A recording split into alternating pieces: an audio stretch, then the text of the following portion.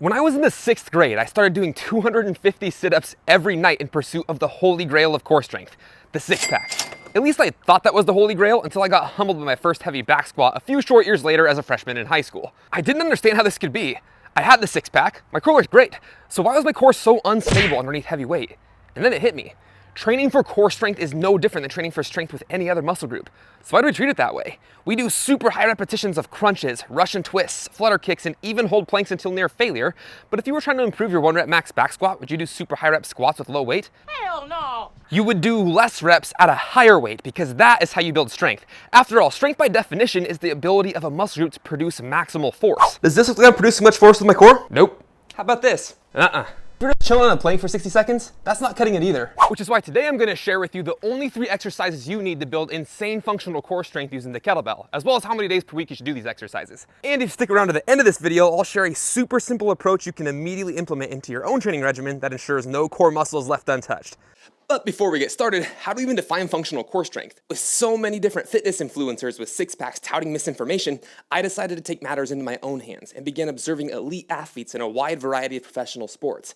Boxing, football, hockey, MMA, strongman, and I was able to come up with a simple definition. So for our purposes, we will define functional core strength as the ability to resist unwanted motion about the torso, the ability to rapidly accelerate and decelerate an object or limb, and the ability to do the 2 previous points in all planes of motion.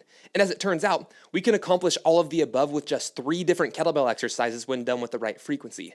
So what's the first exercise? Well, for the first exercise, let's talk about arguably the most practical type of core exercise, the carry. Think about it. How many times in your life have you had to carry something heavy and awkward? Whether it's a heavy bag of soil for a yard project, a heavy piece of furniture while moving onto a new house, or your screaming child. Carries are as practical as it gets for core strength, and you know if you moved the wrong way while carrying something heavy because your back will tell you all about it. But we can prepare ourselves for these scenarios by doing different kettlebell carry variations like farmer carries, front rack carries, or even single arm overhead carries, all of which train our core to resist unwanted movement about the core while challenging our core musculature. But this actually leads us to another question. For those of you who have ever worked on a farm or done a big landscaping project and had to carry heavy buckets around, what's easier, carrying 1 bucket or 2?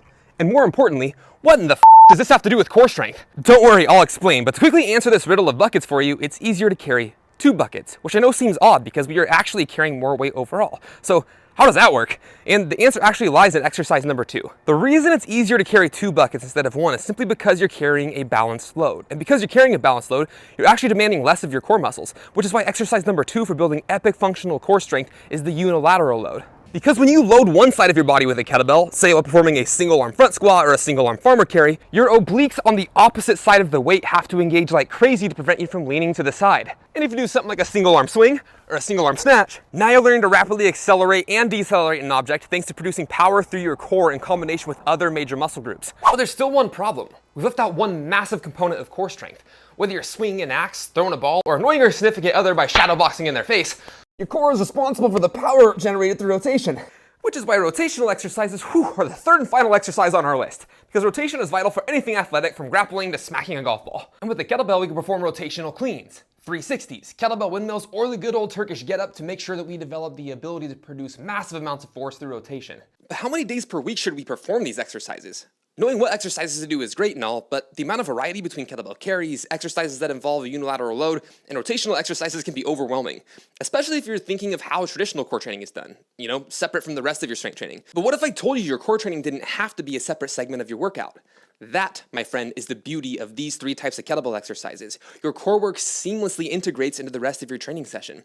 And all you need to do is strength train 3 days per week.